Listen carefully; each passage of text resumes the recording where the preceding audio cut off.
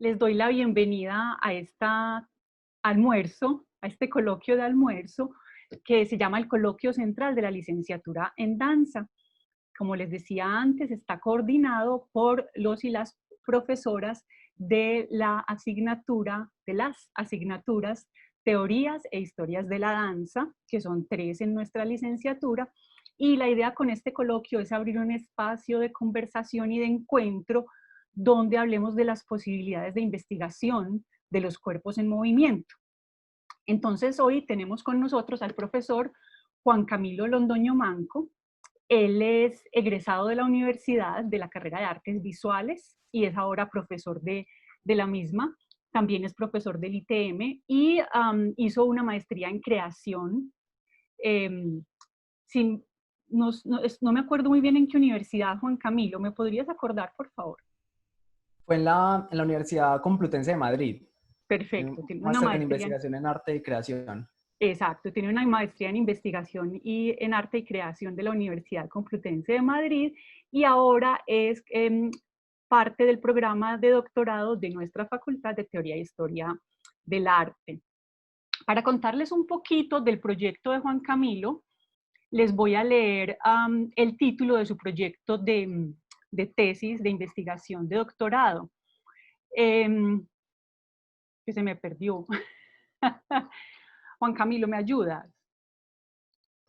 Sí, bueno, mi proyecto de doctorado es sobre tácticas decoloniales en el performance en Colombia, particularmente en 2 casos, que son Nadia Granados, una artista bogotana, y Lady Zunga, una artista de Popayán que murió en el 2017.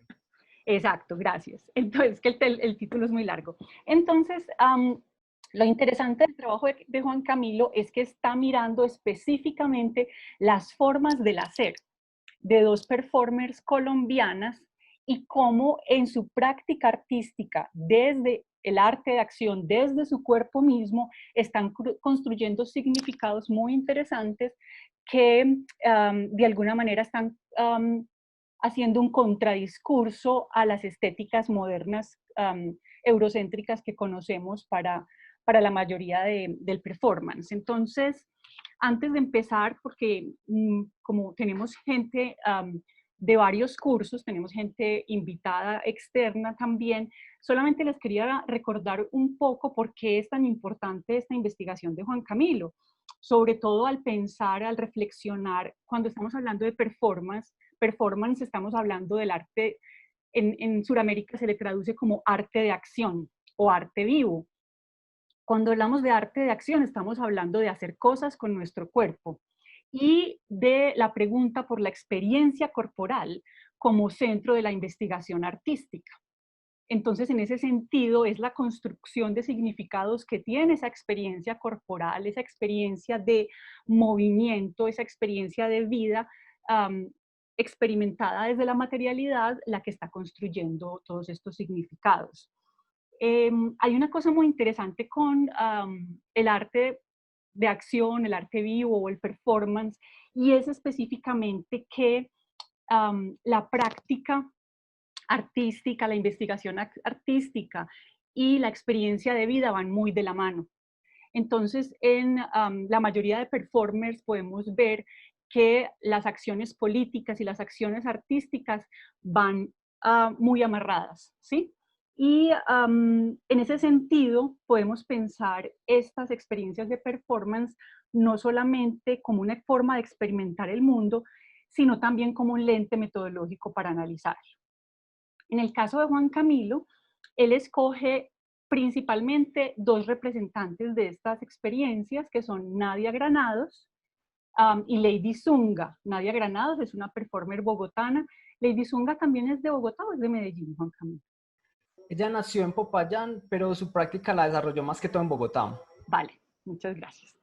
Y al analizar el trabajo de Lady Zunga y de Nadia Granados, lo que él quiere buscar es identificar las metodologías decoloniales que estas 2 performers están presentando.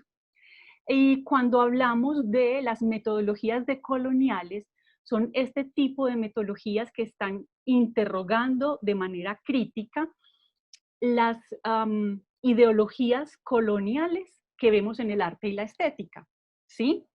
Y haciendo un análisis crítico de estos principios estéticos que fueron fundados en la modernidad temprana, Juan Camilo lo que está haciendo es mostrándonos cómo Lady Zunga y Nadia Granados están haciendo una propuesta de construcción de género, de sexualidad y de identidad desde su lugar de existencia que, que de alguna manera problematiza esta construcción eurocéntrica en las prácticas artísticas.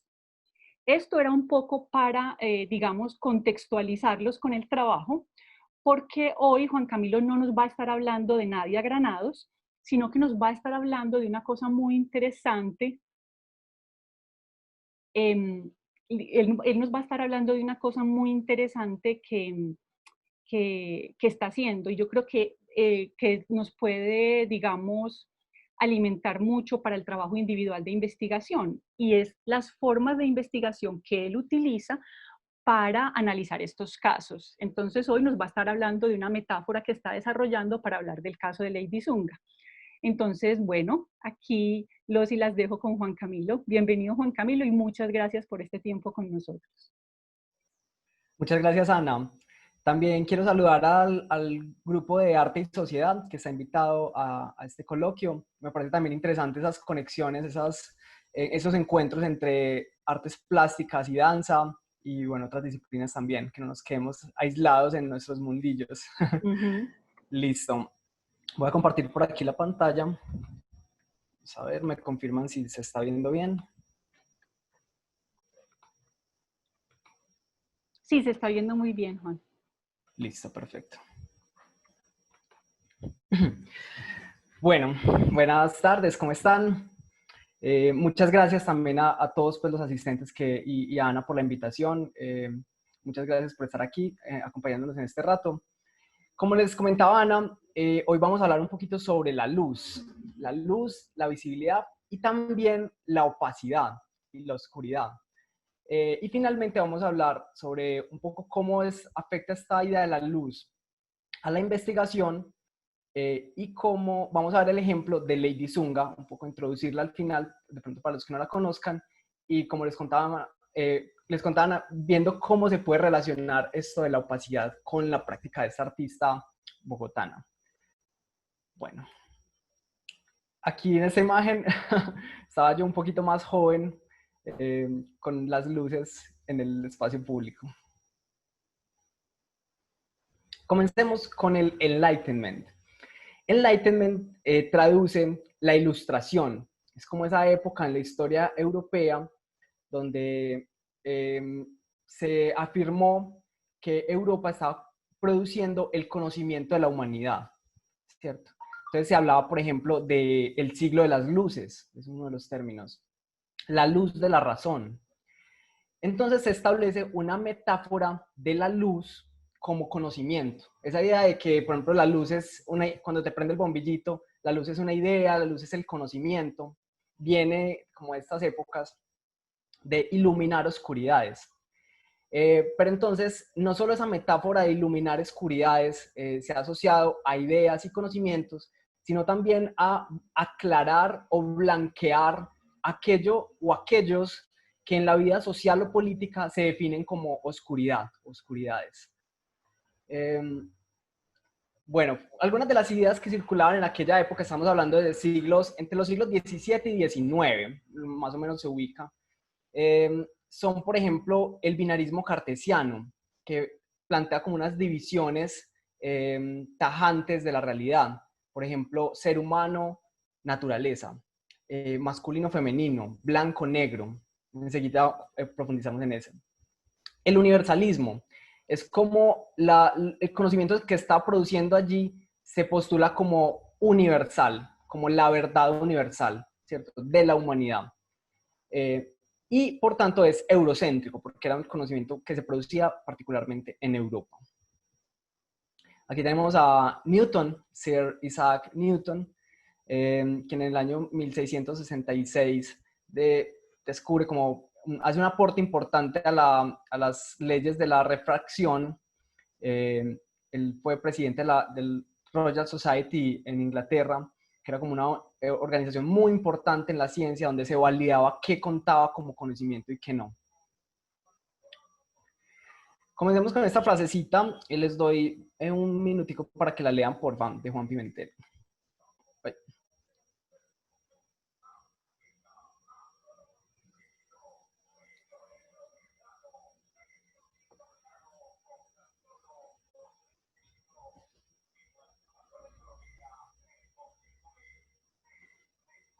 Quiero destacar aquí algunas palabras.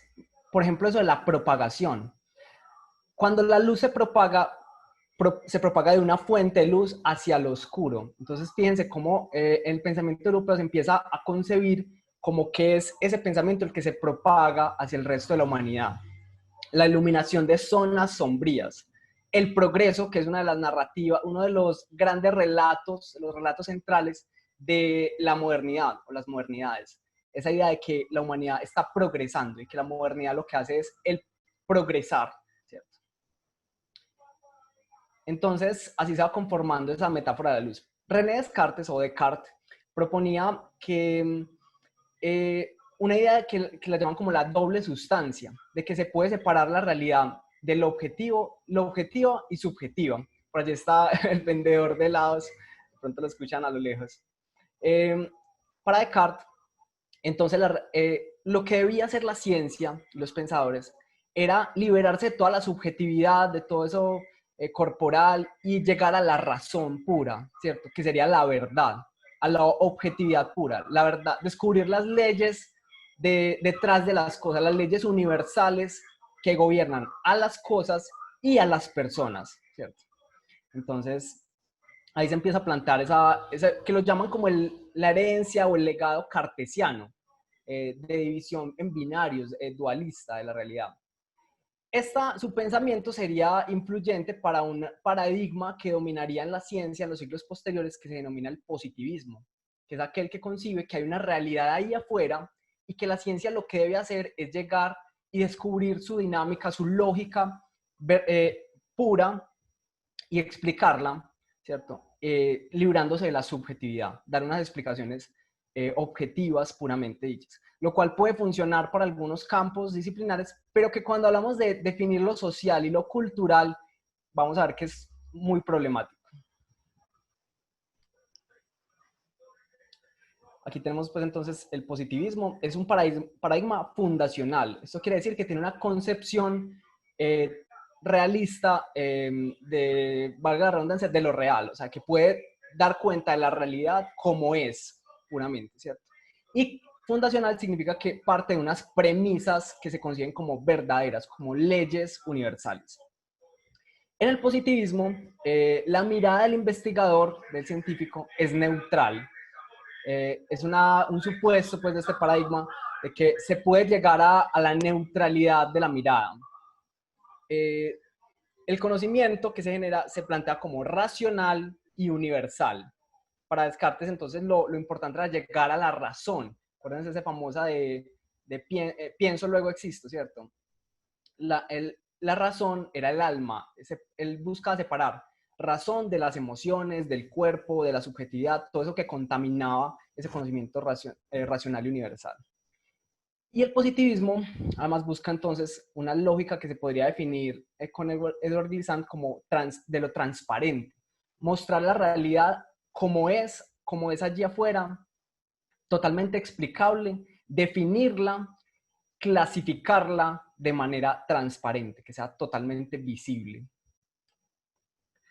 Bueno, un ejemplo para entender como el contexto de expansión del positivismo es en qué época surge, en qué época se vuelve dominante. Es una época de expansión colonial europea, donde se habían establecido unas relaciones de poder que al mismo tiempo configuraban unas relaciones de saber, unas formas de saber imbrincadas en sí mismas que definían qué contaba como conocimiento y quiénes contaban como humanos, ¿cierto? El volverse humano se empieza a concebir como una práctica, como dice Silvia Winter, y es quienes sí eran humanos y el conocimiento de quienes sí era válido y el de quienes no. Entonces, por ejemplo, un ejemplo muy conocido es como en esas expediciones botánicas, los dominantes viajaban por el mundo, por ejemplo, a los territorios pues, de América, y venían a clasificar las plantas, a darles nombre, según su ciencia, pero ya los indígenas sabían cómo se llamaban las plantas, ¿cierto? Pero ese conocimiento no contaba. Y aquí una imagen pues ilustrativa que es un poco anterior, es el ejemplo de la linterna mágica que usaban los jesuitas para evangelizar. Entonces ellos proyectaban, tenían como un dispositivo que proyectaba luz y utilizaban como unas siluetas y unas formitas que se proyectaban eh, para proyectar demonios, ¿cierto? Mostrarle a la gente cómo eran los demonios y la gente creía que lo que estaban viendo era un demonio. Entonces me parece interesante el uso de la luz para evangelizar, aún sabiendo que era una ficción, ¿cierto?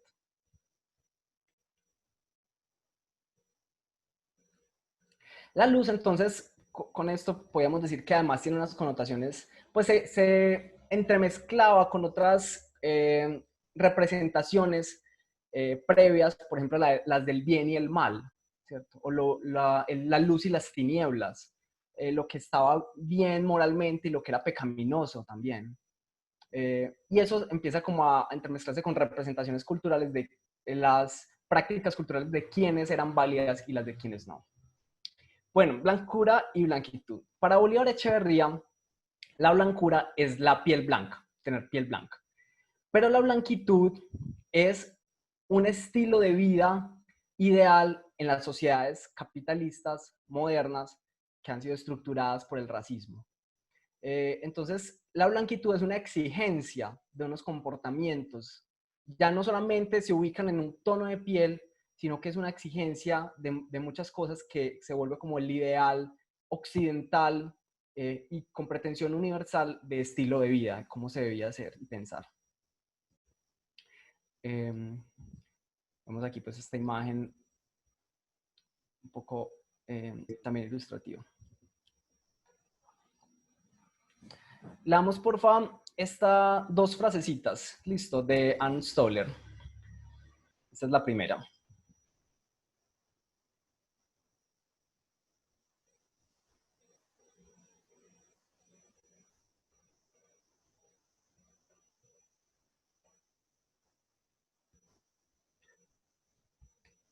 Enseguida volvemos a esa idea de qué es lo que significa ser verdaderamente europeo. Y aquí tenemos la segunda.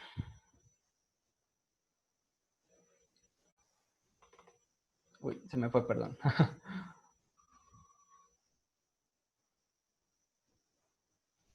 Hay quienes dicen que no deberíamos hablar de la modernidad, sino de las modernidades. Su representación es como si fuera una única modernidad y que toda la humanidad está yendo hacia el mismo sitio. Pero en realidad son realidades políticas, culturales muy distintas que deberíamos considerarlas como distintas modernidades.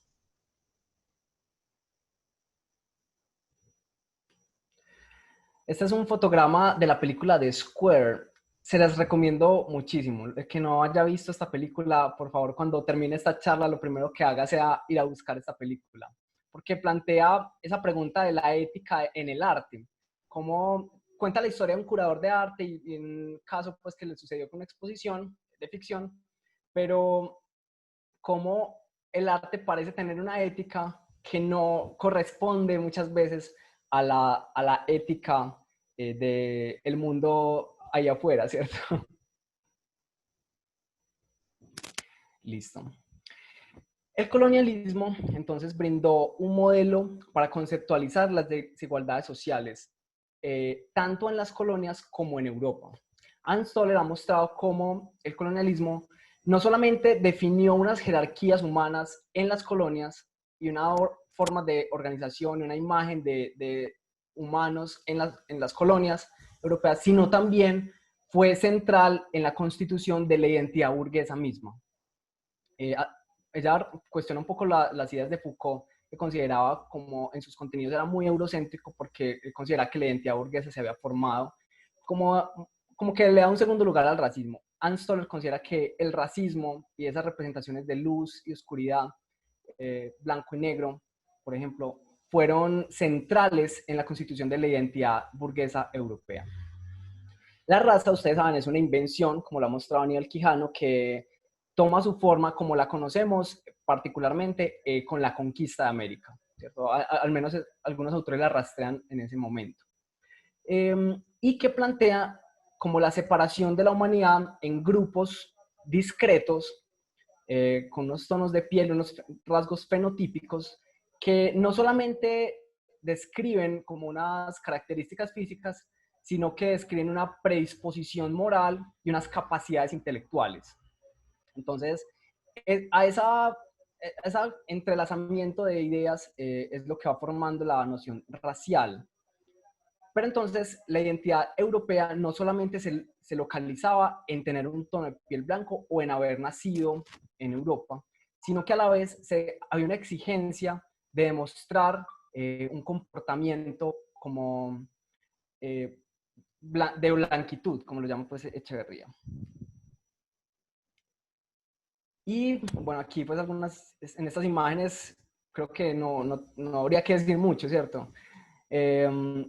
A mí todavía me sigue pareciendo, a pesar de que leo sobre el tema y que lo está como estudiando, cada vez, o sea, como que nunca termino de creer que esto haya sido posible.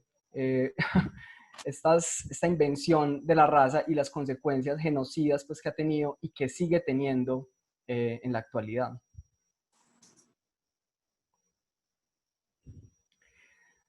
Bueno, entonces la raza venía pues como ya configurándose como esa gramática organizadora, como una lógica organizadora que a la vez mezclaba como la moralidad de una clase media, los sentimientos nacionalistas, la sensibilidad burguesa. Y entonces esa gramática racial en el siglo XIX se constituye como lo llaman como la biologización de la raza. La ciencia empieza a comprometerse en el proyecto de justificar que existen las razas y que hay razas superiores y razas inferiores, que hay unos más evolucionados que el otro. La gramática racial se vuelve una misión civilizadora. Aquí es importante porque le da una guía ética, como una axiología, al proyecto europeo de civilización, de iluminar esas oscuridades, y se vuelve una medida del hombre. Tengo aquí, voy a leer qué pusieron por acá en el chat. Ah, bueno, sí. Listo. No te preocupes por el chat, que yo me encargo de él para que tú te concentres listo, en la vale. exposición, Perfecto. fresco. Y aquí cuando dice la identidad europea como categoría contingente, es un poco lo que les decía ahorita. No es que por haber nacido con el tono de piel blanco ya eras europeo y ya eras burgués, sino que se empieza a entrelazar con muchas cosas, por ejemplo, como el género, la clase, los sentimientos nacionalistas que demostrabas, y tenías todo el tiempo que demostrar que pertenecías a esa categoría, por eso se llama contingente. Dos ejemplos que pueden un poco ilustrarnos sobre esto son el de la leche materna y el de la fornicación interracial. En aquella época existían leyes que prohibían la fornicación interracial, ¿cierto? Y los matrimonios interraciales. Pero no eran no eran como leyes generales, sino que si un hombre tenía relaciones con una mujer de color nativa, podía llegar a ser aceptado. Pero si una mujer tenía relaciones o se casaba con un hombre nativo, perdía su estatus de europea, porque se considera que si ella realmente fuera europea, jamás hubiera tomado tal decisión tan mala, ¿cierto? Entonces, bueno, ese es un ejemplo. El otro es el de la leche materna, y es que existía todo un debate sobre si las sirvientas de color nativas debían amamantar a los bebés de las mujeres burguesas blancas, porque al amamantarlos les podían contaminarlos con la leche materna de su sensibilidad inferior, de su salvajismo, ¿cierto? De sus costumbres inferiores. Entonces había todo un debate de si era posible o no. Había como un riesgo, un gran riesgo de que las sirvientas amamantaran a los bebés blancos burgueses para que no los contaminaran. Y en ese mismo contexto surgen, por ejemplo, en Francia y en los Países Bajos, los primeros jardines infantiles, para evitar que las sirvientas tuvieran demasiado contacto con los hijos blancos y no los contaminaran con sus costumbres y maneras de pensar.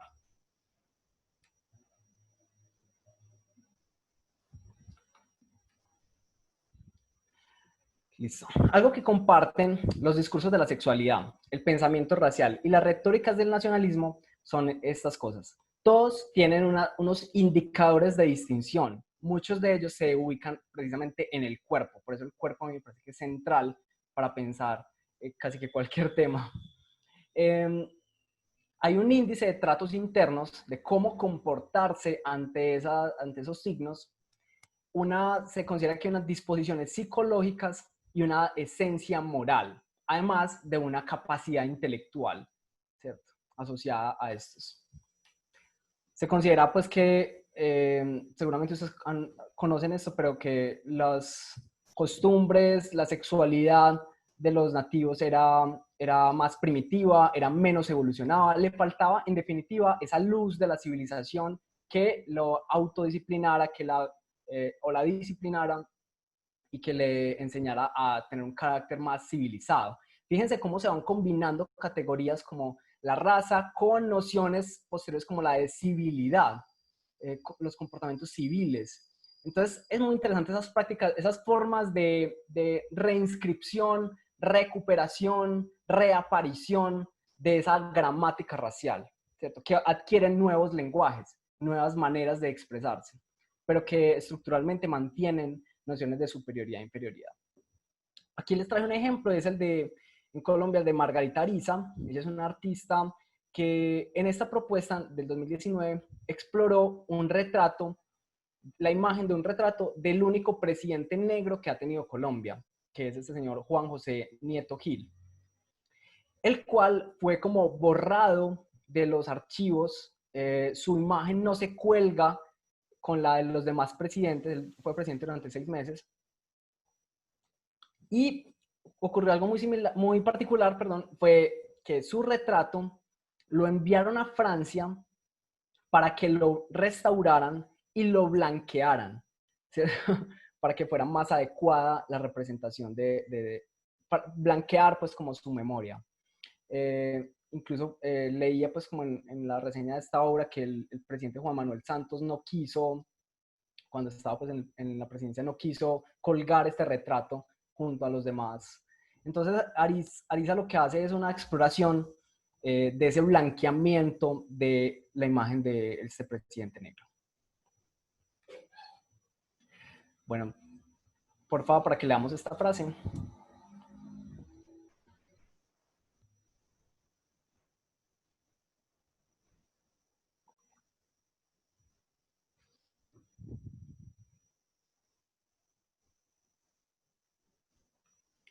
Esta frase nos conecta con lo epistemológico y lo ético, que no son cosas separadas, sobre qué formas de conocimiento son consideradas válidas y qué ética o la axiología se lleva a cabo pues, en la investigación. Bueno, entonces se van configurando así históricamente, se van sedimentando unos afectos hacia lo oscuro, unas emociones hacia lo oscuro. Ustedes saben que los afectos, aquí no le puse la palabra afectos porque pareciera, a veces se confunde como con cariño, amor, pero los afectos se refieren son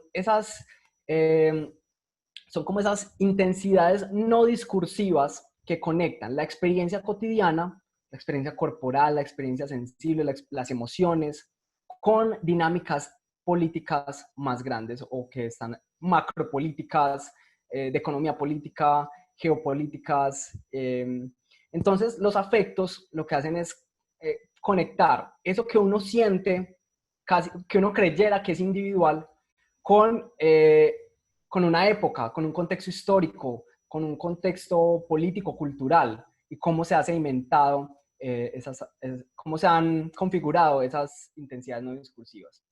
Es difícil como darles un nombre.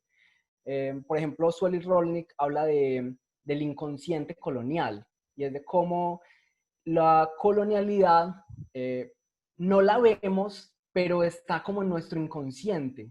nuestras formas por allá muy adentro y actuamos guiados por eso. No somos totalmente conscientes de cómo eso nos moviliza y nos hace pensar de una forma u otra.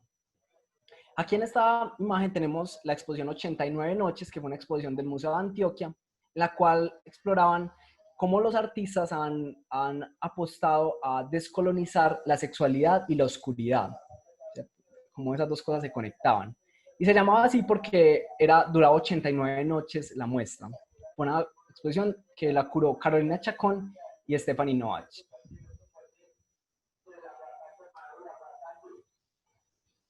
Esta es una imagen del libro Los Invisibles en Antioquia, de Walter Bustamante, en el cual hace una arqueología de los discursos sobre la homosexualidad que delinean al homosexual como invisible. Lo hacen aparecer como alguien no visible en este periodo. Entonces, no sabemos hasta dónde lo histórico nos está configurando nuestras maneras de pensar y percibir las cosas hoy en día. No sé si recuerdan este performance que fue el año pasado, que se llamaba La Peregrinación de la Bestia, de Ana Lula Feral, el cual era un reclamo por la memoria de las chicas trans que han muerto asesinadas en Colombia, ¿cierto? Entonces lo que hacían era como usar signos que han sido muy propios como del sado o de prácticas sexuales que han sido oscurecidas o de como cadenas, usaban pues máscaras y ese tipo de cosas, hacían una coreografía, un recorrido que fue por todo el centro de Medellín hasta el Parque El Poblado, y alguien publicó que esto era un ritual satánico, que cómo era posible que el museo estuviera financiando rituales satánicos en Medellín. Entonces causó como mucha polémica este performance. Este es un evento que se hace en Bogotá, que me pareció particular el título de pronto para lo que nos ocupa hoy, que es lo de la luz. La noche y las luciérnagas. Es un evento de fotografía y de performance de drag queens y travestismo y trans, en el cual me pareció muy curioso eso de la luciérnaga, como ese animalito que alumbra en la noche, ¿cierto? Bueno, Avery Gordon ha hablado del fantasma como una figura social, es decir, no como personas muertas, no habla de fantasmas como muertos, sino el fantasma como una figura para el análisis sociológico, para analizar esos aspectos que no son visibles en las sociedades, pero que están operando ahí todo el tiempo, ¿cierto? Que están ahí actuando. La dimensión no fantasmal, pero que persigue, ella usa un verbo muy interesante que es el hunting, que a la vez traduce como perseguir y espantar, como que nos siguen espantando y nos persiguen, aunque no los veamos. Aquí sí les puse una imagen de Nadia Granados, me parece muy curioso el detalle, miren las manos que tiene como brasier y como tanga, parece como un fantasma que la está agarrando, ¿cierto? Entonces, esa figura del fantasma es como un espectro que aparece, aunque no sea visible y que actúa, es el espectro de lo histórico que está actuando en las sociedades. Se conecta mucho con la noción de colonialidad. Ustedes saben que la colonialidad es como ese fantasma, ese patrón de poder que sigue operando después de que se acaba la colonización, que mantiene esas relaciones de superioridad e inferioridad. Entonces es como una matriz de poder que se sigue reproduciendo, aunque formalmente, administrativamente ya no seamos colonias, o no, la relación no sea pues de colonización, sigue operando una colonialidad. Entonces como un fantasma, incluso han llamado a esto el lado oscuro de la modernidad. Autores como Walter Miñolo o Rolando Vázquez. Que sea el lado oscuro me parece muy interesante porque nos conecta con la luz, es aquello que no vemos en la narrativa triunfante de la modernidad euroamericana iluminadora, en ese proyecto europeo de civilización, de la luz de la razón.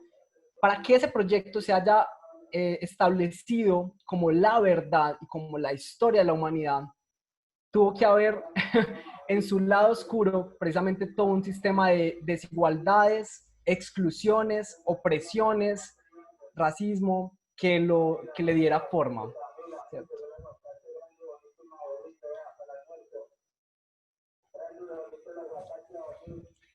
Vamos a hablar ahora entonces de la luz con la que vemos en la investigación, la que vemos en investigación, con la que vemos la investigación.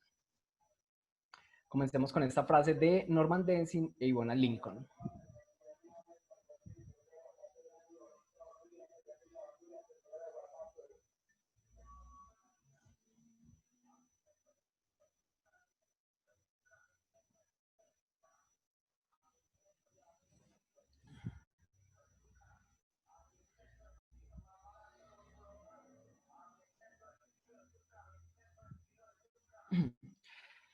Desde hace algún tiempo se viene cuestionando el paradigma positivista, porque presume, como veíamos ahorita, que hay una mirada neutral y que se accede a la realidad del otro y que se puede representar de manera transparente, que el otro se puede explicar transparentemente cómo es y dar un significado auténtico y estable, que es un significado que normalmente lo da quien ejerce una posición, quien tiene una posición dominante en el ejercicio del poder.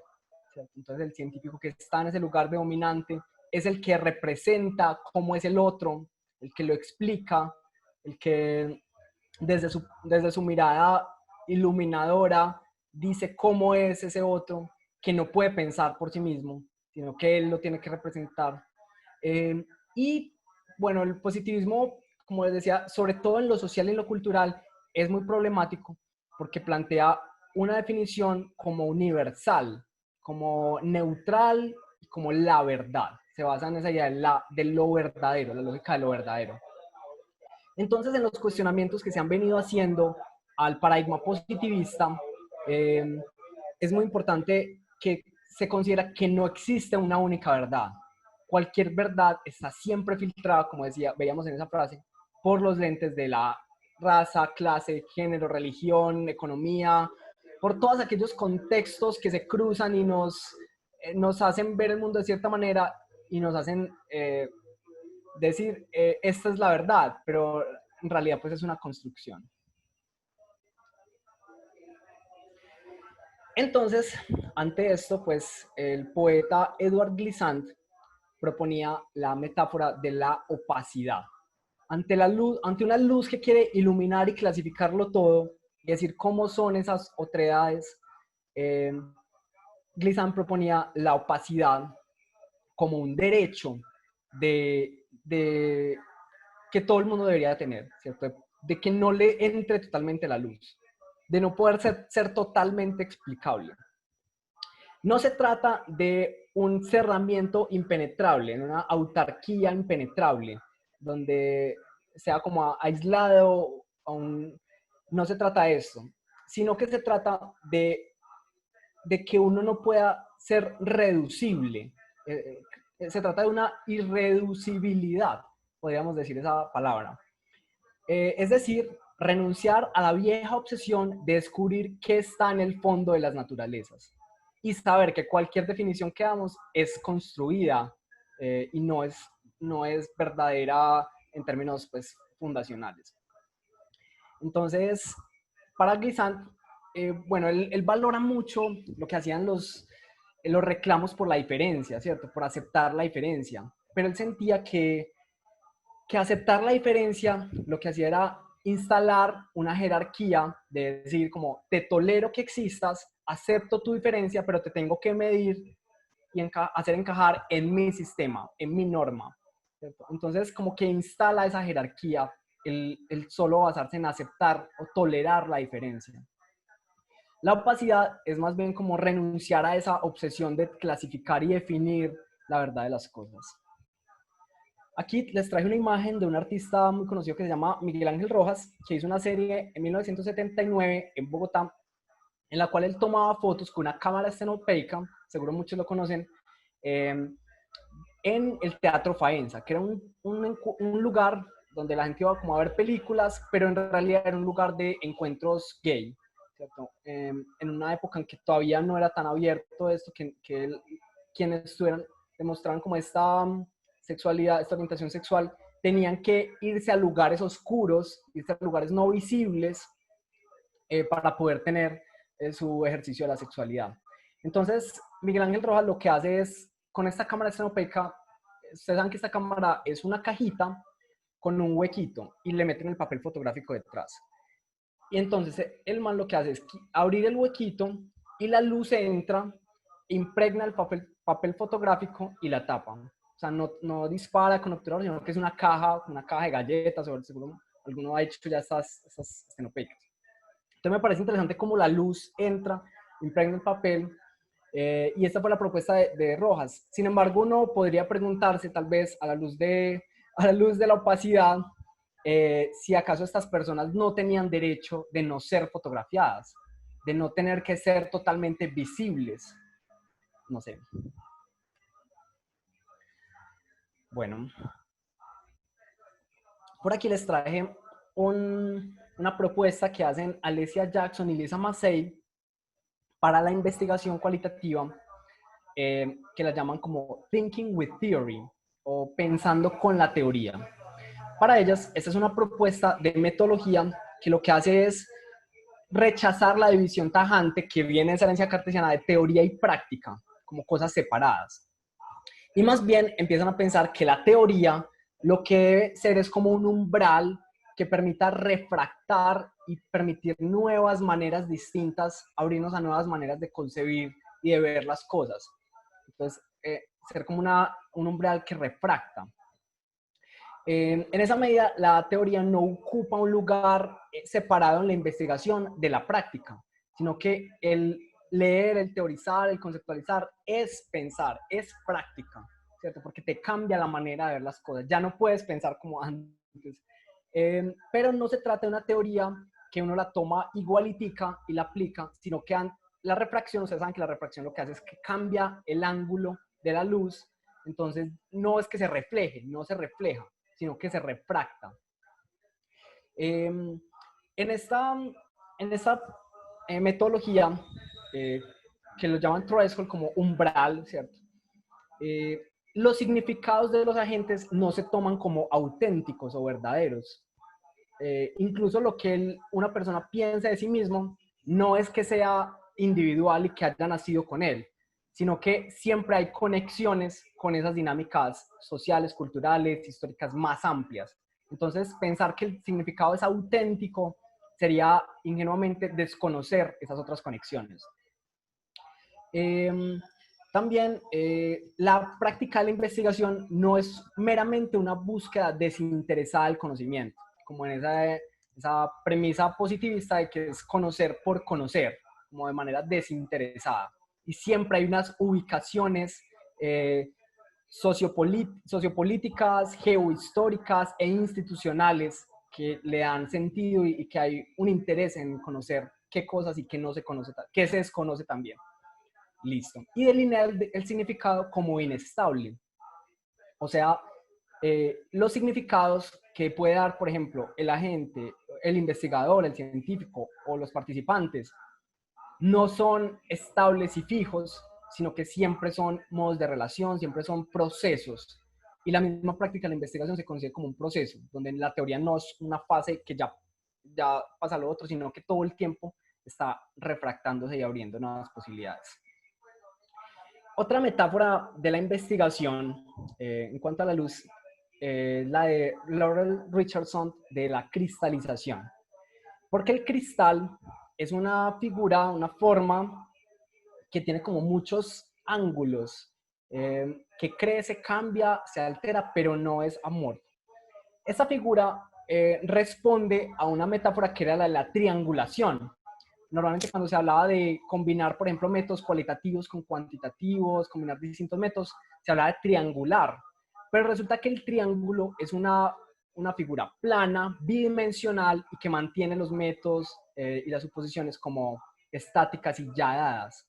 Entonces, ella propone, Richardson, la cristalización como unas formas de validez que transgreden a la racionalidad positivista, que son multidimensionales y que permiten múltiples ángulos de aproximación a una misma pregunta o fenómeno o problema, ni siquiera.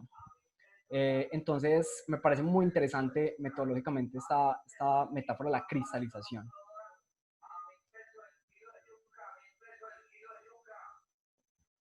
Norman Denzin ha propuesto que es necesario oscurecer, descolonizar e indigenizar la investigación. Eh, Porque siempre ha sido una investigación blanca, siempre ha sido la tradición eurocéntrica, positivista. Entonces es necesario que la investigación eh, acabe como con esa arrogancia de un único paradigma y de una y etnocéntrica en sus conocimientos y en su epistemología, y se abra a maneras, metodologías indígenas, maneras de concebir lo investigativo, los significados distintas a esa única tradición, que se acabe como esa noción de la única verdad es la de la racionalidad de la tradición europea, pues, euroamericana.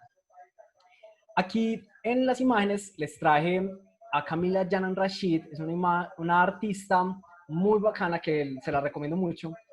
En esta obra, ella se pregunta sobre lo negro. ¿Quién define lo negro? ¿Qué es lo negro? ¿Qué es ser negro? Entonces, en esta imagen, lo que hace es tomar la palabra negro en inglés, black, y le hace pequeñas modificaciones. En la primera le quita la primera letra. Entonces queda lack, que significa carencia, falta de, lo negro como carencia. Black, pero con un punto. Black punto, es esto. Black como afirmación. Cambia totalmente, ¿cierto? Y black como pregunta. ¿Algunas reflexiones? Bueno, primero que todo, evitar el universalismo y la generalización. Esto para cuando vamos a hacer prácticas artísticas, prácticas de investigación, evitar hacer cualquier afirmación que tenga un carácter abstracto, universal y que desconozca, que está situada en, en, en lo cultural, político y lo social. ¿Qué ubicaciones sociales tienen esas afirmaciones que estamos suponiendo son universales? Y también evitar la generalización. Yo contaba que una vez tuve un estudiante que trabajaba sobre un estudiante de artes plásticas que su propuesta era sobre lo afro, sobre lo africano y lo afro. Y es una propuesta en la que cogía unos símbolos africanos y los recortaba como unos libros recortados que formaban esos símbolos, pero cuando le preguntábamos como qué significaban, de qué cultura eran, de qué periodo, pues como que no sabía explicar muy bien de dónde los había tomado. Al parecer había como buscado en Google símbolos africanos. Y entonces lo que ocurre es que al generalizar, lo que se hace es reforzar el estereotipo, ¿cierto? Se hace antes precisamente lo opuesto y terminamos reforzando el estereotipo de lo afro como homogéneo, como una totalidad. Bueno, lo de colonial no sería un tema. Lo de colonial no es hablar de negros, indígenas, no es eso, no es un tema, sino que es más un proyecto inacabado y distintas perspectivas que cuestionan la colonialidad, que son perspectivas también inacabadas, pero que nos pueden servir para analizar casi cualquier otro tema, cualquier tema que estemos trabajando, que nos interese, podemos verlo desde una perspectiva, desde una mirada que busque ser decolonial, teniendo en cuenta que no existe la pureza decolonial. Ahorita volvemos a eso. No se trata de que uno pueda, como investigador o como artista, situarse por fuera de la colonialidad y verlo todo de manera puramente colonial. No se trata de eso, sino de interrogar cómo somos construidos y reproducimos, nos construimos, nos autoconstruimos y reproducimos la colonialidad. Bueno, la teoría como práctica. Entonces, la división entre teoría y práctica no se sostiene más, a pesar de que se sigue insistiendo en esta. Michel Foucault era uno de los que proponía que la teoría es práctica. Y una práctica también sin teoría, como que es, pues, como que la teoría lo que permite es como una reflexividad sobre la misma práctica, podríamos decirlo así. Bueno, problematizar cómo vemos, ser críticos con la autorreferencialidad. Es decir, lo autorreferencial está bien cuando vamos a trabajar artísticamente sobre nosotros mismos, sobre cómo vemos, está bien hacerlo, pero no la autorreferencialidad acrítica. O sea, decir como que, como yo ya veo así, ya está bien y no hay ningún problema en mi manera de ver las cosas. Ya es lo que ya llegamos, ¿cierto? sino estar atento a las conexiones con racismo. Atarbra propone mejor usar racismo y no raza para no insistir en la misma palabra, aunque muchos otros sí la usan como categoría de análisis, no como realidad. El racismo como invención, la raza como una invención, pero que ha tenido efectos reales, entonces podemos hablar de racismo o de raza como categoría de análisis. Estar atentos a las conexiones con racismo, con la clase, con el género, con lo histórico, lo político y lo cultural. En las teorías decoloniales se usa mucho una expresión que es provincializar a Europa, que se refiere a no irse en contra de la historia euroamericana, no es decir que no es válida o que su conocimiento definitivamente no sirve para nada, sino relativizar su universalismo. Es decir, tomar su historia o la historia ha sido como la historia, como una historia posible entre infinitas otras historias que se podían contar. Incluso el aportar al conocimiento de la humanidad, Glissant diría, no de la humanidad, sino de una exultante diversidad de humanidades. Entonces, a eso se refiere esa expresión de provincializar a Europa, mostrar que ha sido solamente... Pascamón-Winnie, por ejemplo, usa una metáfora y es la del mar, la humanidad como un mar, y cada historia, cada conocimiento es como un río que aporta al mar, sino que la historia dominante se ha postulado ella misma como el mar. Entonces se trata como de provincializarla, verla como un río.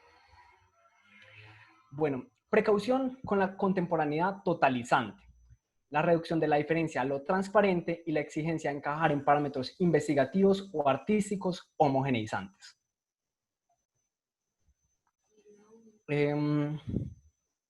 También situar nuestra práctica, desde dónde estamos hablando, cuál es nuestro lugar de enunciación. Es muy importante para cualquier artista, investigador, pensar desde dónde estoy haciendo estas afirmaciones, desde dónde es mi postura.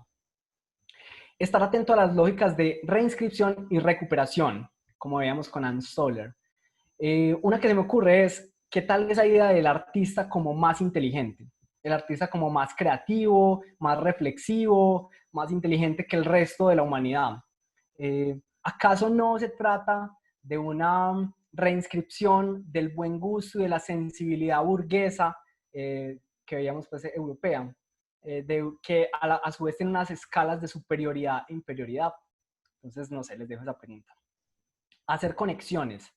Todo lo que hacemos se sitúa en una densidad cultural, en categorías que se intersectan. Por ejemplo, ahorita veíamos de la raza, el género, lo llaman pues como la interseccionalidad. Es una herencia muy interesante del feminismo de pensar que no solamente, o sea, cuando hacemos algo se está situando al mismo tiempo en unas posiciones de clase, de raza, de género, de religión, etc. No existe el lienzo en blanco en abstracto, por ejemplo, o no existe el cubo blanco en abstracto, o el espacio vacío, como lo llama Peter Brook. No, eso no existe. Siempre hay una densidad cultural. Listo, ahora vamos a hacer una introducción entonces a Lady Zunga, es esta artista que les comenté de Popayán, para ver cómo su práctica puede ser tal vez una forma de opacidad táctica.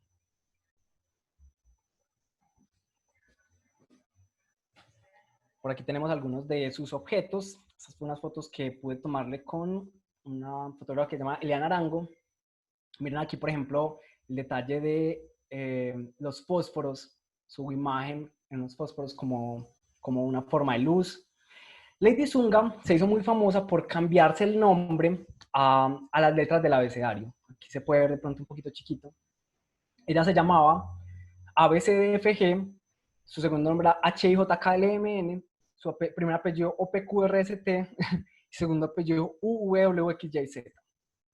En esta propuesta y en toda su práctica, ella lo que hacía era como evitar las clasificaciones, evitar que se pudiera encasillar en una cosa o la otra.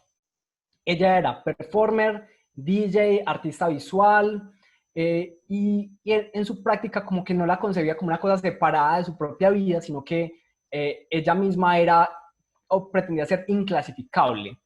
Mezclaba aparatos tecnológicos con su cuerpo, mezclaba géneros musicales de los más variados, pasando por la salsa, el bugalú, el mambo, el hardcore, el hardcore techno, de todo, mezclaba de todos los géneros que ustedes imaginen. Fíjense cómo se ataba pues como estas camaritas, pantallas a su cuerpo. Ella era una chica trans que se definía como lesbiana. Aquí está con su nombre. Me parece que un concepto que de pronto nos puede servir para, no sé, nombrarles el de cyborg, de Donna Haraway. Y es como ya la idea del cuerpo natural desaparece, y el cyborg es aquel que mezcla lo tecnológico con lo orgánico o lo supuestamente natural, y se vuelve una mezcla, una amalgama en la que ya no es posible distinguir qué es lo natural y qué es lo cyborg. En Lady Zunga me parece que no solamente es cyborg porque se ponga aparatos tecnológicos o porque ella sea cyborg, sino porque nos hace preguntarnos por la propia supuesta naturalidad de nuestros cuerpos. Casi que podríamos afirmar con Marcel Mauss que no existe el cuerpo natural. Todos somos en alguna medida u otra cyborgs. Y Lady Zunga me parece que lo hacía muy visible, de manera muy interesante. Bueno, les voy a leer entonces unas reflexiones que pensé de pronto con Lady Zunga en este ratico. Listo. Partir de la base de que prácticas como las de Lady Zunga son oscuras parece implicar su definición como ausencia de luz. ¿Puede conceptualizarse su relación con la luz de forma distinta? ¿Tiene alguna vigencia la metáfora de la luz o es necesario rechazarla por completo? Pensé inicialmente en un tipo diferente de ondas, como las de la radiación infrarroja o la ultravioleta, por escapar el espectro de luz visible, el espectro de la luz visible para el humano. Pero es necesario definir sus prácticas como no visibles para el ojo humano, es decir, como no humanas. ¿No sería acaso esto reforzar aún más la invisibilización y la deshumanización? Quizás el asunto es de enfoque. Uno de los problemas de las perspectivas etnocéntricas es, por supuesto, la miopía, es decir, la incapacidad de ver más allá de lo que se tiene cerca, culturalmente hablando. Pero decir que solo consiste en una cuestión de miopía implica que esta se puede corregir usando el lente apropiado, el cual permitiría acceder a verlo todo, como sucede en las posturas multiculturalistas y las actitudes del falso cosmopolitismo. Refiriéndose a este tipo de pretensiones abarcantes bien intencionadas, Pascal Bruckner escribía: la globalización es cualquier cosa menos cosmopolita. Si puede tragárselo todo, clasificar, digerir, es porque empieza por anular las culturas que vacía desde dentro, las descuartiza y las descarna para restituirlas a continuación embalsamadas como momias en su sarcófago. Al reducir el problema de la oscurización a la miopía, también se corre el riesgo de volver a la concepción cartesiana. La realidad está ahí afuera y de lo que se trata es de iluminarla para verla como es, tal y como es, en su naturaleza única y fija. Solo es asunto de observarla con los lentes correctos de la objetividad pura y la razón. Pero, por otro lado, autores como Aaron Kreller, sugieren que es posible pensar el derecho universal a la razón sin caer en el universalismo. Observando cómo la filosofía eurocéntrica ha oscurecido y silenciado los aportes de otros, por ejemplo, de la filosofía africana, Kreller se pregunta si se pueden hacer aportes al conocimiento de la humanidad sin pretender convertirlos en norma universal. De manera similar, sería posible reclamar un derecho universal a la luz sin caer en el universalismo. Un derecho no a acceder a la luz, sino a ser luz. Si lo problemático de la luz, de la razón, esta de la herencia ilustrada, es que en su infinita ignorancia y limitación se afirma simultáneamente como la verdad y el bien, quizás convendría no solo confirmar su incapacidad de reconocer la validez de lo que está por fuera de sus fronteras epistemológicas, sino cuestionar la connotación moral que en su marco ha tenido lo ennegrecido, lo renegrido, negruzco, cárdeno, eclipsado, retinto, tenebroso, lóbrego y sombrío. ¿Sería posible llegar a considerar una oscuridad sin sus asociaciones con lo primitivo, lo carente de conocimiento o lo moralmente reprochable? El gusto de Lady Zunga por los espacios y prácticas nocturnas, su juego con símbolos satanizados y su subversión de signos de luz y oscuridad me hacen sospechar que en sus formas del hacer existe un reclamo por la plena legitimidad como tal de lo oscuro.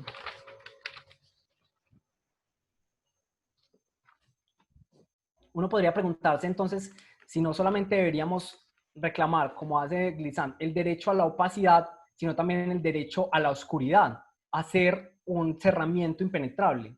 Glissant propone que sí, que la opacidad es lo irreductible, pero que en algunos casos puede ser también oscuridad. Listo. Si bien la postura de Glissant es necesaria políticamente ante reclamos hegemónicos de visibilidad y clasificabilidad, la opacidad, más que una esencia de las subjetividades subalternas, es una táctica, un modo de relación con determinada luz.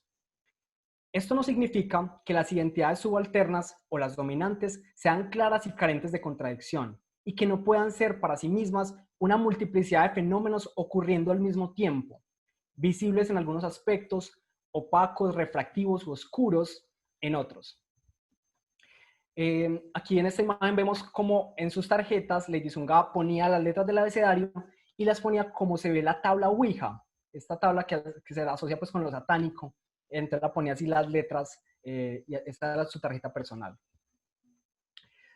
Esto no significa, bueno, yo por aquí, si hemos de considerar la opacidad como una táctica de colonial, cabe recordar que no existe la pureza de colonial, como decíamos ahorita, y que el ser subalterno o dominante no son esencias de las personas o los grupos, sino categorías también contingentes. Damos aquí una frase de Lady Zunga.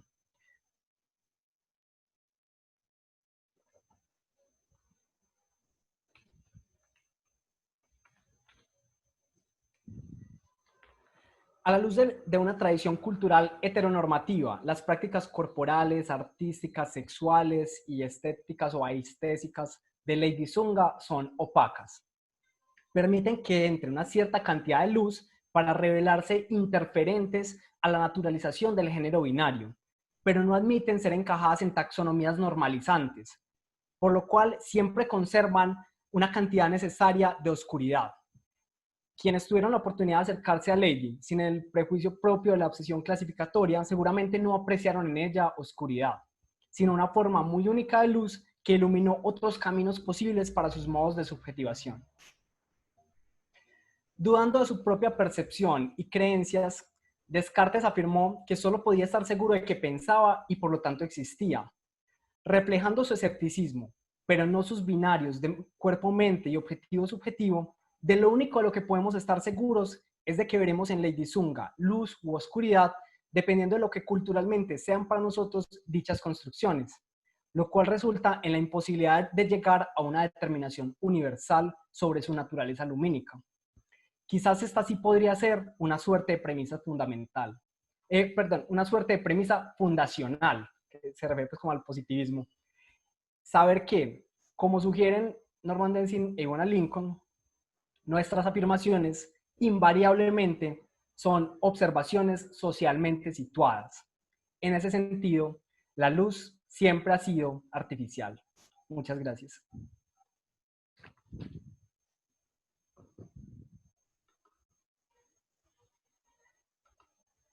Juan Camilo, muchísimas gracias por esta presentación tan sugestiva. Antes de darle paso a las preguntas, voy a hacer una pequeña recapitulación de lo que nos presentaste aquí. Y mientras tanto, les pido un favor muy grande y es que si tienen alguna pregunta, por favor pónganla en el chat, ya tenemos un par. Y entonces así se las vamos pasando, se las vamos agrupando y pasando a Juan Camilo o si es para mí, lo que sea, vayan poniéndola en el chat, por favor, o si quieren aclarar algo, nos pueden también comentar por el chat. Muy bien. escuchando la presentación de Juan Camilo, yo creo que hay una cosa muy interesante y es que no solamente por medio del ejemplo de Lady Zunga, sino de muchos otros ejemplos, tú nos haces conectar estos grandes conceptos que son la categoría de pensamiento y cómo opera el pensamiento, específicamente cuando hablamos de las metáforas. Y también me gusta mucho esa problematización que se hace de la diferencia entre teoría y práctica y cómo la teoría en esencia es una práctica de creación y también de subjetivación, ¿cierto? Que muchos decimos que si a uno los procesos de investigación no lo transforman es que no fueron exitosos, ¿cierto? Entonces, en ese sentido, pensar la investigación y los procesos teóricos como una práctica de creación es una forma bien interesante para pensar el ejercicio artístico. Me parece muy interesante también cómo nos presentas, digamos, una ruta a seguir para entender las construcciones culturales que tenemos asociadas a estas metáforas de luz y oscuridad y cómo estas metáforas están construyendo nuestras formas de acercarnos a muchos fenómenos sociales, ¿cierto? Entonces, en esa medida, pues como problematizar de alguna manera estas construcciones de luz y oscuridad y repensar la oscuridad también como un espacio de posibilidad me parece bien interesante y cómo quizá Lady Zunga está abriéndonos una posibilidad para pensar la oscuridad como un espacio generador, más que como el espacio de la negación. Por otro lado, creo que presentas unos elementos bien interesantes teóricos, específicamente de 4 o 5 pensadores que, aunque son muy populares, de alguna manera no son lo visibles, siguiendo con la metáfora de la visibilidad, no son lo visibles que a veces pensamos, porque creo que el concepto de opacidad de Glissant y el concepto de la blanquitud de Bolívar Echeverría nos sirve pues, muchísimo para entender las formas de subjetivación específicamente en la sociedad colombiana. ¿Sí? También me pareció muy interesante la conexión entre Bolívar Echeverría y Anne Stoller que presentas, pero sobre todo me deja muy pensativa este asunto que al final, con la pregunta del cyborg, con la pregunta por el racismo, con la pregunta por las prácticas artísticas desde la opacidad o desde la oscuridad, que es la pregunta por la humanidad, ¿cierto? Que es la pregunta que nos dice Silvia Winter, que de alguna manera al final de todas las conversaciones, desde las críticas de coloniales y de la crítica a la colonialidad misma, pero también desde las prácticas de performance nos estamos haciendo y es qué implica ser humano, ¿cierto? Y si nosotros clasificamos ahí o no. También me pareció muy interesante cómo lo conectas con las intensidades del afecto y las conexiones que hay precisamente entre esas construcciones afectivas y los elementos de, digamos, culturales. Me parecería muy bacano pensar, digamos, esa ruta que nos presentas para entender las metáforas de luz y oscuridad. mm, o sea, nos presentas esta trayectoria y además nos vas dando pistas para que seamos nosotras mismas las que armemos la red de totalidad de las teorías que nos estás presentando aquí, ¿cierto? Como que nos dejas el espacio también a nosotras y nosotros como espectadores para construir nuestros propios conceptos. Y eso también me pareció interesante, que hay un espacio también para elaborar como espectadores. De pronto, mi pregunta sería, pensando desde Silvia Winter, entonces, ¿cómo piensas que Lady Zunga nos ayuda a pensar lo humano? Bueno, en una conversación contigo, una vez hablamos del desvelar. Me parecía que interesante de pronto también traer la colación, y es que estas perspectivas decoloniales, el paradigma, por ejemplo, el de la teoría crítica, no es que desvelen todo en el sentido de que ya quedó desvelado, de que ya la colonialidad y las relaciones de poder quedaron desveladas y que uno se ubique por fuera y que el asunto quedó así. Lo mismo podría uno verlo con los artistas. No es que el artista necesariamente ya lo desveló, pero sí está interrogando cosas. Entonces está interrogando una noción de normalidad de cuerpos y de naturaleza que si lo vemos tal vez como a la luz de nuestro contexto, todavía está muy arraigada la idea de cuál es el cuerpo natural, cuál es la orientación sexual natural y cuál es el género natural. Aunque eso sería un contrasentido, pero porque por ejemplo para Judith Butler es imposible es imposible pensar lo natural sin que ya de por sí esté cargado de lo cultural. O sea, siempre vamos a pensar la naturaleza vista a través de los lentes de lo cultural. Entonces, separar esas dos cosas es, en principio, imposible. O sea, verlo lo natural sin lo cultural es imposible. Entonces, cuando, por ejemplo, en el contexto colombiano, está tan arraigada este asunto de qué es la naturaleza del cuerpo, cómo deben ser los cuerpos, aquellos cuerpos que no encajan en esas definiciones, tal vez desde el discurso de la diferencia, el que ya parece insuficiente, puede que se acepten. En el discurso escrito de la ley puede que se acepten. Pero en la vida social, en los imaginarios sociales y sobre todo en los afectos, todavía no los vemos como humanos.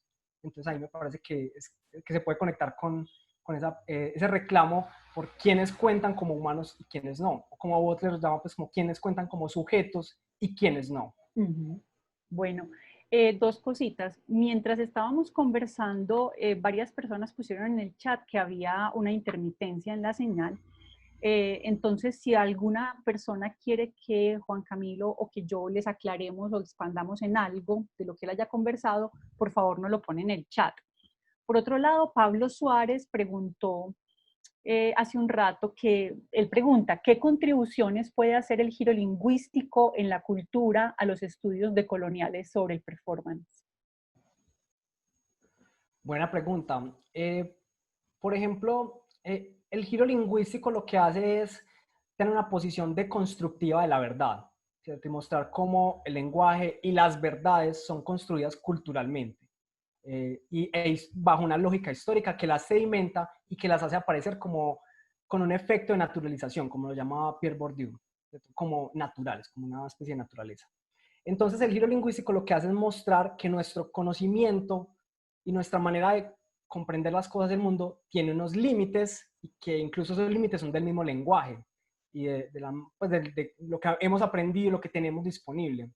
Entonces, creo que las teorías decoloniales, a pesar de que no buscan ser eurocéntricas, solo centrarse como en pensadores americanos y europeos, porque muchas de ellas son producidas en América Latina, en Asia, en otros lugares, sí todas como que revisan esa herencia del giro lingüístico de construir la verdad, de construir las verdades. Entonces creo que es un punto de partida interesante y es de relativizar la verdad.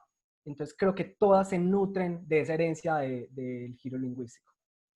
Y ahora pues con el giro afectivo también pues mucho más porque entonces ya le da una dimensión corporal, sensible a esas abstracciones. Sí, incluso estaba aquí oyéndote hablar pensando que luego con el giro performativo lo que nos permite es también ir más allá de la metáfora, pues, o más bien de lo discursivo como la única posibilidad de análisis y de pensamiento, y, digamos, construir no solamente desde este giro lingüístico, sino también desde otras posibilidades del pensamiento, desde lo sensible y desde lo afectivo, en este caso, ¿no? Bueno, Total, Jan, sí. perdón, ibas a decir algo. No, sí, es decir que tienes razón. Bueno, Jan pregunta, ¿la relación entre teoría y práctica también puede ser concebida como un proceso de subjetivación? Yo pienso que sí. Y si lo vemos, por ejemplo, en Lady Zunga, las personas con las que he hablado, yo no alcancé pues a conocer a Lady Zunga personalmente, pero las personas que la conocían, todos me decían que ella no tenía pues como el discurso académico, el discurso pues ladrilludo académico, pero que ella tenía muy claro para sí qué quería hacer, ¿cierto? Quería hacer ese cyborg, quería romper todos esos esquemas. Entonces era un asunto muy de su subjetivación, de cómo vivía su experiencia identitaria en una cultura machista, heteronormativa como la colombiana, cómo transgredía las normas de esa proximidad sensible y de esos umbrales de sensibilidad de lo que es adecuado y lo que no. Entonces, ella lo tenía pues como muy claro pues entre comillas, porque como decíamos, la identidad también es opaca para uno mismo. Uno tiene zonas de uno mismo que son oscuras y que uno no conoce. Entonces, creo que ella como que no solamente es una cosa teórica, rígida, sino que ella lo vivía, era su subjetivación la que estaba ahí presente y es desde ahí que abría esos otros caminos también para otras personas. Y que es luz y que en ese momento pues muchas personas también la consideran como un referente súper importante de las prácticas contrasexuales de nuestro país. Pero que además su práctica misma era un ejercicio de su vida misma, era un ejercicio, digamos, de construcción de pensamiento, no teórico, pero sí de construcción de pensamiento desde una propuesta pues crítica frente a las construcciones de género y de sexualidad.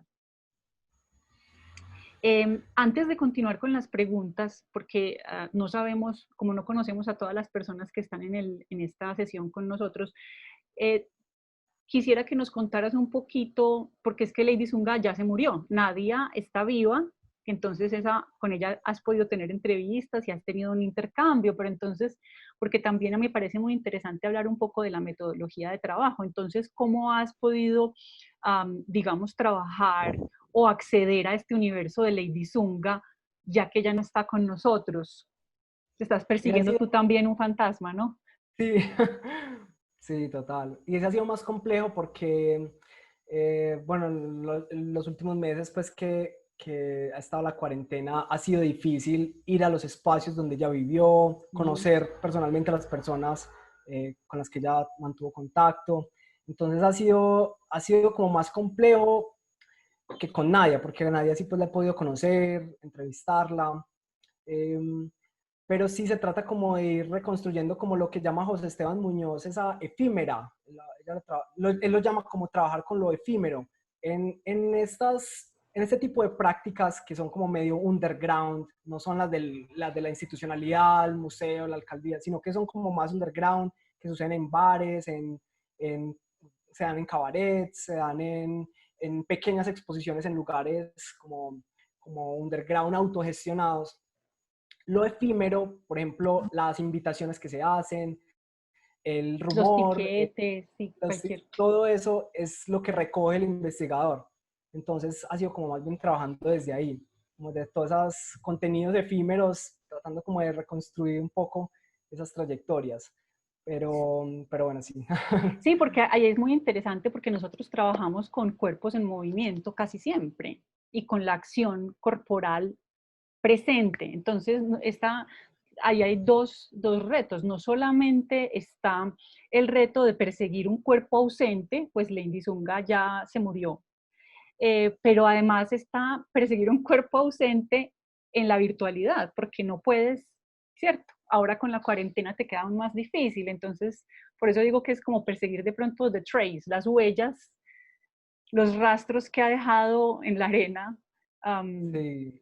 el Lady Zunga digamos, con la experiencia de otras personas, ¿no? Yo me siento un poquito, guardando las proporciones, por supuesto, como José Esteban Muñoz cuando buscaba sobre Jack Smith, que él propuso la teoría de la desidentificación, inspirándose en un artista de performance que era Jack Smith, que se volvió como una leyenda underground del performance. Y entonces él como que le hubiera encantado conocerlo, entrevistarlo, ver cómo se presentaba en escena y no solamente ver una representación fotográfica estática o en video editada, no haberlo conocido y ver cómo su corporalidad actuaba. A mí me hubiera encantado conocer a Lady Zunga. Claro. De alguna manera la conoces. Me parece interesante porque la primera metodología que utilizaste para conocerla, bueno, antes del conocimiento previo que tenías, pero digamos de ya de la experiencia concreta como investigador, fue buscar la huella corporal en sus objetos, como el espacio vacío que había en los arneses o en las sogas o en los objetos que ella manipulaba. Sí, como que volvemos al comportamiento religioso, ¿no? Conservan algo de sagrado.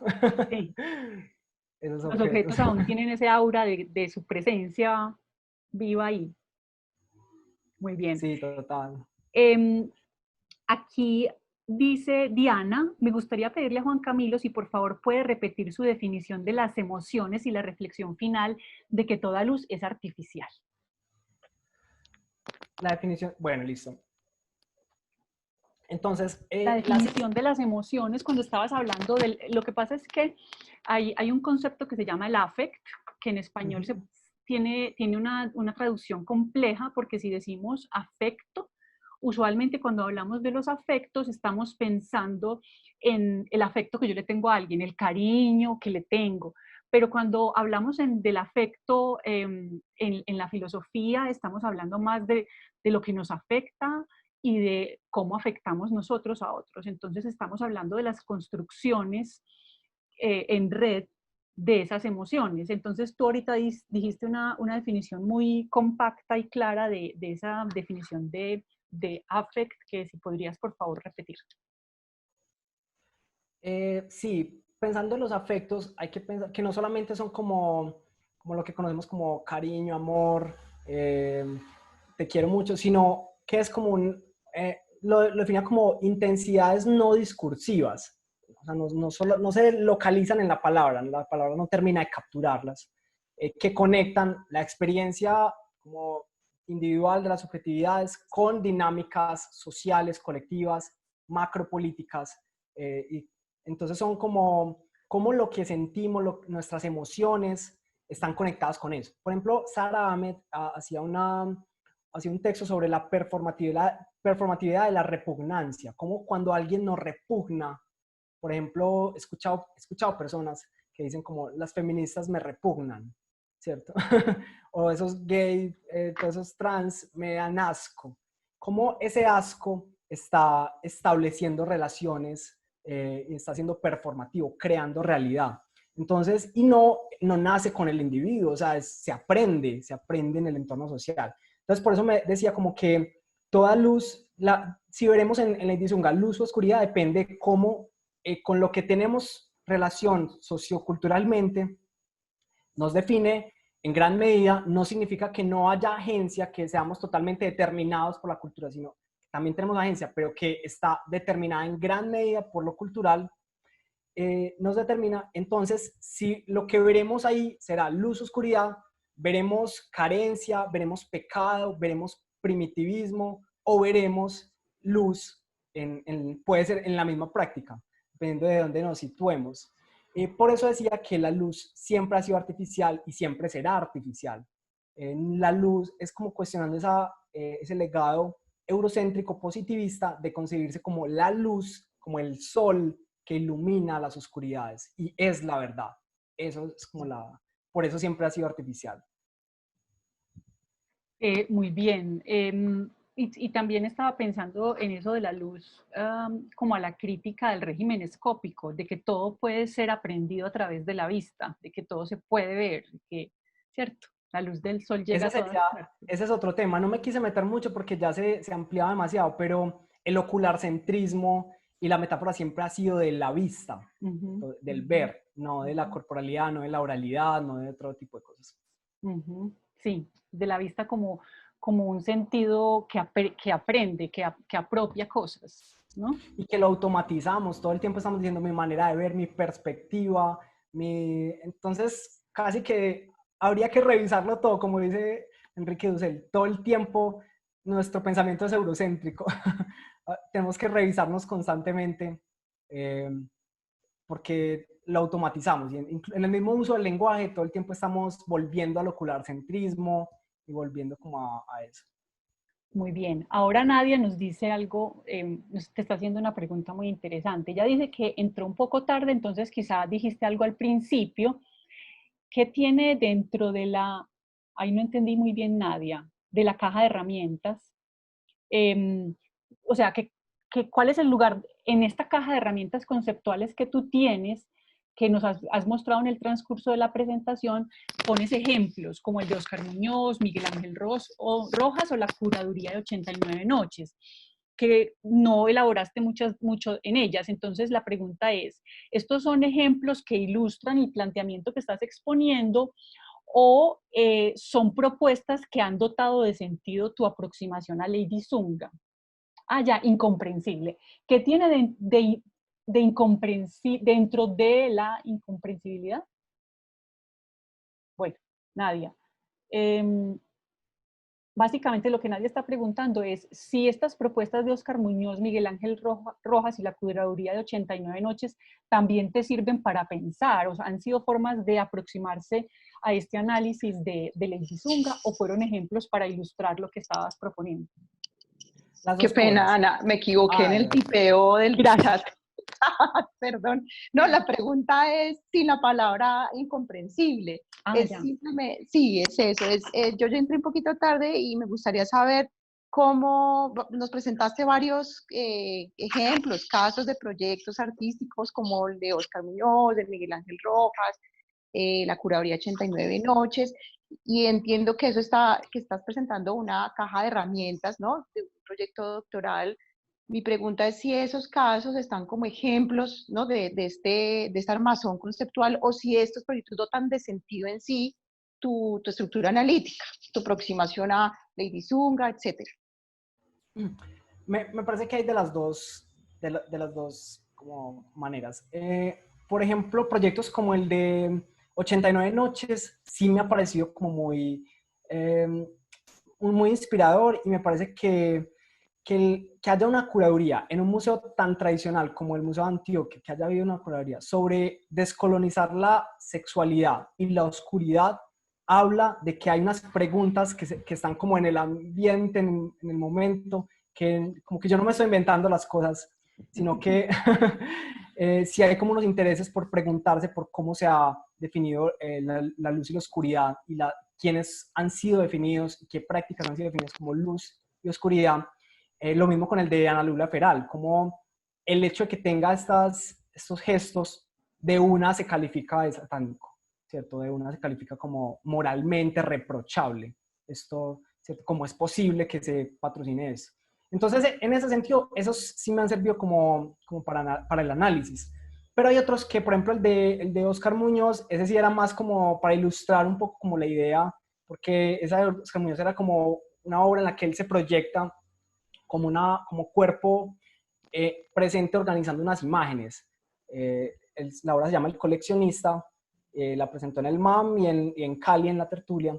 Entonces, en esa, él simplemente está haciendo como Abby Warburg, o así como organizando imágenes de su colección de imágenes, pero él aparece como una proyección dentro de la sala. Entonces, en eso me parecía que era más como ilustrativo él como una proyección. No tanto pues como que tuviera mucho que ver con el tema, pero sí como ilustración pues de lo de la luz. Gracias. ¿Listo? Aquí hay otra pregunta. Se me pasó ahorita una pregunta sobre lo que está pasando ahora políticamente en Estados Unidos, que creo que la podemos trabajar al final. Pero antes de eso, hay alguien que pregunta, Lubino o Yuvino, pregunta a qué te refieres con el dominio de sí mismo en el texto de Ann Stoller.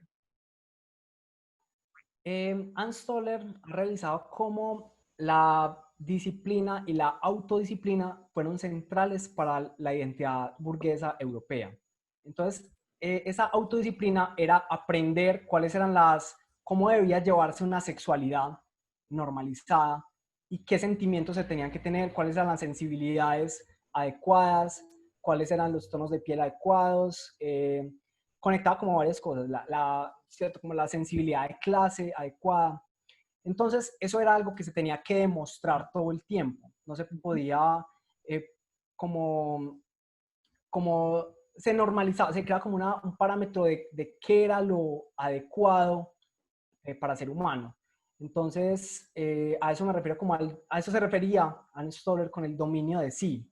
El dominio de sí es como esa autodisciplina que se conecta con lo que proponía Michel Foucault de la biopolítica. Es como en, en las modernidades nace una nueva forma de gubernamentabilidad que no se basa solamente en imponer una norma y atar como con cadenas a la norma, sino en transmitir unas ideas, en producir unos deseos para que sea el mismo individuo, subjetividad, sujeto, el que se identifique con la norma y se construya a sí mismo, se autodomine, se autodiscipline según esos parámetros normativos. Entonces a eso se refiere, como el dominio de sí. Y cuando hablas también de esos afectos esperados o deseados normales, se me olvidó la palabra que usaste para hablar de lo de Ann Stoller, adecuados. Adecuados contextualmente, Exacto, no se puede generalizar. Exacto, sí. exacto, a eso voy, que cuando a uno le dicen estos son los afectos, estos son los deseos y estos son los comportamientos adecuados en este contexto, quiere decir que están dejando por fuera unos. O sea, al clasificar en positivo, también están clasificando en negativo los que no son permitidos o los que no son deseables. Y quedan precisamente en ese marco de la invisibilidad o de lo que no se habla cotidianamente, ¿no? Muy bien. Déjame, yo reviso a ver si hay otra pregunta. Y si no, entonces voy a terminar con, tenemos aquí una pregunta de Luz Marina, que ella dice que esta presentación le parece interesante conectarla con lo que está pasando en Estados Unidos en este momento, con las protestas al asesinato por parte de la policía de un ciudadano en Minneapolis, de un ciudadano afroamericano, se me olvida el nombre, Gay, George, George, Floyd. George Floyd. Eh, y me parece muy interesante al principio como pensar, cuando hablábamos precisamente de Lady Zunga, que es su existir mismo, o sea, el que es un performance, ¿cierto? Y que la visión de su vida y sus posturas políticas con su práctica artística está profundamente imbricada. No sé si ustedes vieron, pero ayer o antier hicieron una manifestación muy linda. Bueno, yo digo linda, pero no es linda, es muy poderosa más bien. En Denver, donde todos los manifestantes se acostaron boca abajo adoptando la posición que tenía el cuerpo de George Floyd cuando le pusieron la rodilla en la garganta, y por 8 minutos dijeron, no puedo respirar, no puedo respirar, porque 8 minutos fue lo que el policía estuvo arrodillado en su cuello. Entonces es interesante precisamente pensar estas metáforas de la oscuridad y de la luz, como también, y cuando tú hablabas del racismo pasa lo mismo, y es que estas metáforas de la oscuridad y la luz permean nuestra forma de pensar de una manera muy poderosa y se vuelven acciones y se vuelven realidades, ¿no? Sí, justamente con mis estudiantes de arte y sociedad que están conectados, la clase pasada estuvimos hablando sobre ese caso de George Floyd, cómo hay tantas protestas en este momento porque no es la primera vez que pasa. Se conecta con toda una historia de un racismo estructural en esa sociedad. Por ejemplo, lo que pasó en Los Ángeles en el 92, De Rodney cuando King. Rodney King y la gente sale a protestar, queman la ciudad, pero lo que hace el gobierno es censurar la protesta y mandar al ejército a callar a los manifestantes. Bueno, que también se volvió un despelote, además al final, que la gente robaba las tiendas, todo, se mataban. Pero ya había ocurrido en el 65, en Los Ángeles, en el vecindario de Watts, unas protestas de la comunidad afro que también habían despelotado toda la ciudad. Los riots. Entonces, vemos que no, o sea, es que cuando hablamos como de racismo, de colonialidad, eso parece como una cosa ya superada, como que ya, qué pereza seguir hablando lo mismo, ya sabemos que todos somos iguales y ya. Pero, y eso creo que es una contradicción, una paradoja de los discursos de la diferencia y de la diversidad, y es como toleramos la diferencia, y es que pareciera que ya, como estamos en sociedades ancladas en el liberalismo, y ahora neoliberalismo, parece que ya son cosas superadas, que ya todos tenemos la libertad y ya se acabaron esos son temas pasados, ya pasados de moda. Entonces la imagen de George Floyd me pareció como sumamente interesante y también potente, pues trágica, pero potente, porque lo que muestra es que no son abstracciones de lo que estamos hablando, no es una carreta, ¿cierto? Sacada de quién sabe dónde, sino que toda esta teoría lo que hace es tratar de conceptualizar unas realidades de alguna manera, ¿cierto? Darles un nombre, y cómo, hablando ahorita pues del giro afectivo, de la corporalidad, el giro performativo, cómo la imagen de George Floyd con la rodilla aquí puesta diciendo no puedo respirar, da cuerpo, o sea, le hace que el racismo se vea en un cuerpo y muestra cómo nuestra experiencia cotidiana está configurada por todas esas dinámicas macropolíticas, históricas, que están ahí actuando, ¿cierto? Y que se vuelven cuerpo. También me parecía muy, muy bacano cómo en las protestas se conectaban los tapabocas del coronavirus con las máscaras, las pañoletas de protesta. Ahora con todo el tema de las distancias sociales, el asunto de la cercanía y la distancia social, esos son conceptos que se venían trabajando previamente desde la sociología, que no se refieren a la proximidad física, sino a las brechas sociales, a las fricciones y espacios sociales, jerarquías sociales que definen quién sí es, con quién sí puedo tener contacto y con quién no. Entonces, por ejemplo, George Simmel proponía que podemos estar muy cerca físicamente, pero estar separados por grandes brechas sociales, ¿cierto? Entonces no se trata de lo físico, pero ahora con el coronavirus pues ya no podemos estar cerquita, pero entonces me parecía muy interesante cómo esa tapabocas se volvía como un signo de que aparte que, o sea, no es que la distancia social sea algo nuevo, que se ponga la tapabocas y que a la vez sea, que se ponga el tapabocas y que a la vez sea máscara que ha sido pues como un símbolo muy propio como de las protestas, Para tapar su muestra identidad. que siguen funcionando las viejas formas de distancia social y se ven ahí corporalizadas, ¿cierto? Es la gente Hechas poniéndose, cuerpo. saliendo a la calle y diciendo no puedo respirar. Entonces me Pero parece además que, es muy interesante eso que dices porque, y otra vez volvemos al poder del arte de acción y al poder del performance, y es cuando se le pone cuerpo a algo. Y en las protestas de Argentina, tras la dictadura, había siempre esa idea de poner el cuerpo. De poner el cuerpo es salir a la calle a protestar, ¿sí? Y esa idea de poner el cuerpo es ocupar un espacio, es ocupar un tiempo, ¿cierto? De crear de luchar por el espacio a existir en ese espacio-tiempo, en ese contexto. Y en ese sentido, otra vez vuelve uno a la idea de Silvia Winter de lo humano, porque todas estas preguntas que hace la decolonialidad y que nos muestra el caso de George Floyd y el caso de esta mujer trans en Bogotá que no la quisieron llevar en la ambulancia y que murió en su casa, no sé si escucharon esa noticia la semana pasada, es que todavía hay sujetos que tienen que demostrar su humanidad, que no tienen ganado el estatus de humanos por el mero hecho de tener un cuerpo y existir, ¿cierto? Que esa es como la gran, digamos, la gran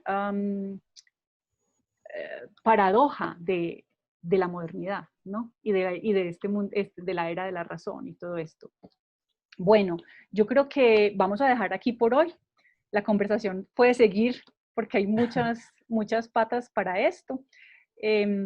Por favor, la idea que tenemos en el grupo de la línea teórica de la licenciatura en danza y todos los profes y las profes que estamos trabajando en la teoría de historias de la danza es consolidar este espacio del coloquio de la licenciatura, no solamente este semestre, sino el próximo semestre, como un espacio de conversación rica para conocer qué está haciendo la gente cerquita de nosotros, porque yo sé que muchos de ustedes y muchas de ustedes han visto a Juan Camilo en los corredores, pero no tienen ni idea que trabaja temas tan interesantes.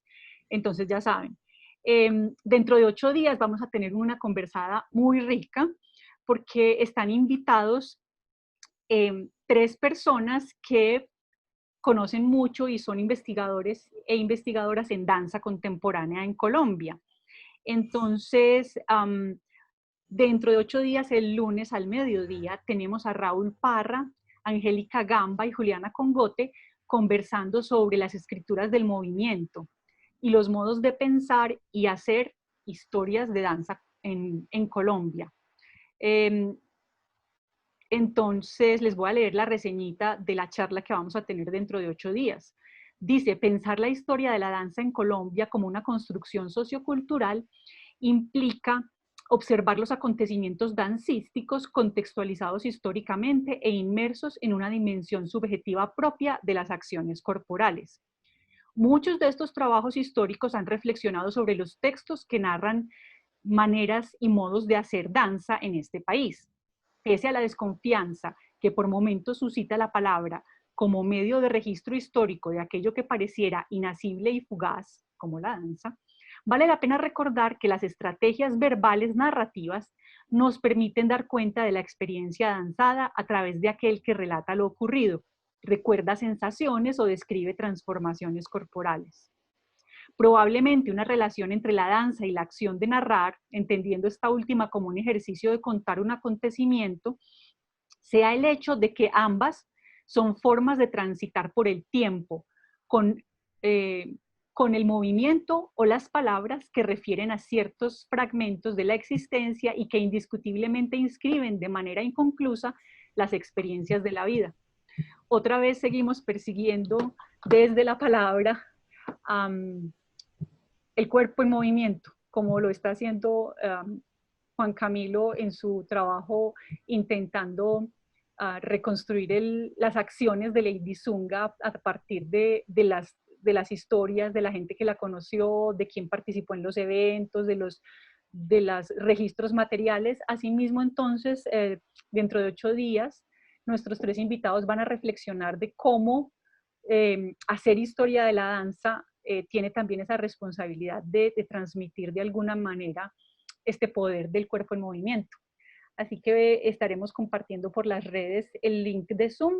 Y bueno, muchísimas gracias a Juan Camilo por esta conversada tan rica y a todos y todas ustedes por acompañarnos hoy. Buenas tardes y feliz almuerzo. Chao. Chao.